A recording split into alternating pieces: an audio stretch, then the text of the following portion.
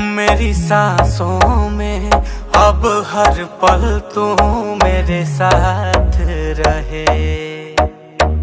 मुझ पे कर दे इतनी सी मेहरबानी, आजा दिल में वो लड़की दीवानी।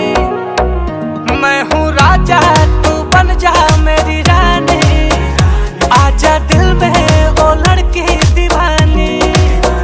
तेरा प्यार है जैसे प्यासे को पानी, आजा दिल में वो लड़की दीवानी। मैं हूँ राजा तू बन जा मेरी रानी, आजा दिल में वो लड़की दीवानी।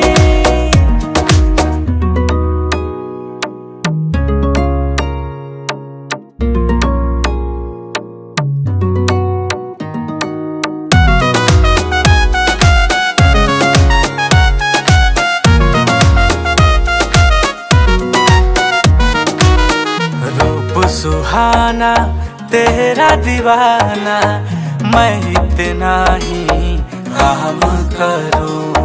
अब तो हर दिन देख के तुझको रोज सुबह से शाम करूं। सैंडल में तू सोली सोली वॉकिंग करती है, स्वीटी मेरी स्वीटी स्वीटी टॉकिंग करती है। मेरी चाहत में होके मस्तानी, आजा दिल में वो लड़की दीवानी। मैं हूँ राजा तू बन जा मेरी रानी, आजा दिल में वो लड़की दीवानी। मुझ पे कर दे इतनी सी मेहरबानी, आजा दिल में वो लड़की दीवानी। तेरा प्यार है जैसे प्यासे को पानी, आजा दिल में वो लड़की दीवानी।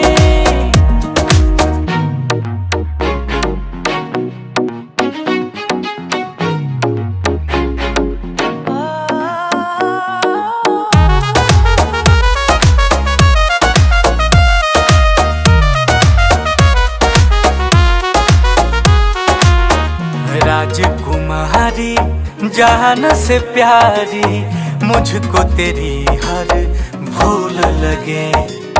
दूर न जाऊं पास में आऊं, मैं भंवरा तू फूल लगे।